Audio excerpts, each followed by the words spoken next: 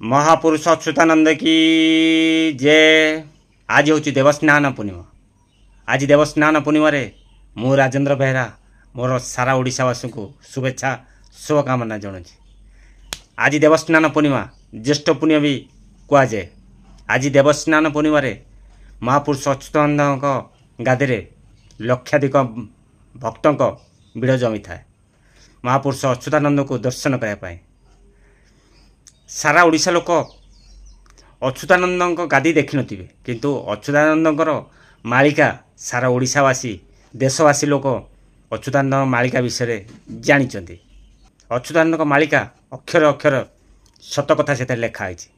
आज देवस्नान पूर्णिमा से महापुरुषों पीठरे लक्षाधिक भक्तों गहली कहीं आज अच्युतानंद महापुरुषों को पाखु जा दर्शन कर सुजोग मिलता है। आ अलगा दिन गले बाहर ठिया महापुरुषों को आम दर्शन करूँ, किंतु आज दिन में पाखक जा दर्शन आमर महापुरुष अच्युतानंद पीठ कटक जिला नेमाल ग्राम। आज दिन में आज देवस्नान पूर्णिमा लक्षाधिक भक्तों भिड़ जमी था। आमर महापुरुष अच्युतानंद को दर्शन करने मु किछि विजुअल रखी आपण मानक देखा देवस्नान पूर्णिमा देखंतु।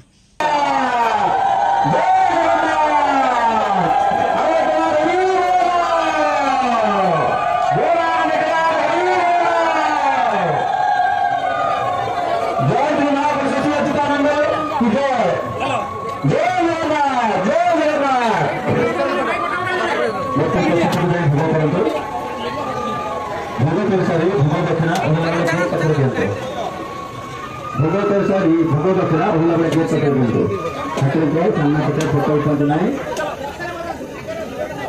ठाकुर को सामना पटे दर्शन करते पक्ष तीन पटे भोग करते देखिले तो अच्युतानंद मालिका विषय किए बा न जानी। अच्युतानंद मालिका मालिकार जहाँ लिखाई गोटे गोटे कर सत हो जहाँ भी लिखाई।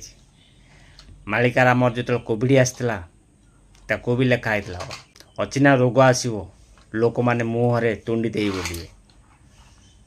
अच्युतानंद मालिका अक्षर अक्षर सत हो देखिले। अच्युतानंद महापुरुषों पीठ देखिले आ अच्युतानंद विषय आउ नुआ नुआ भिडियो नहीं आसि।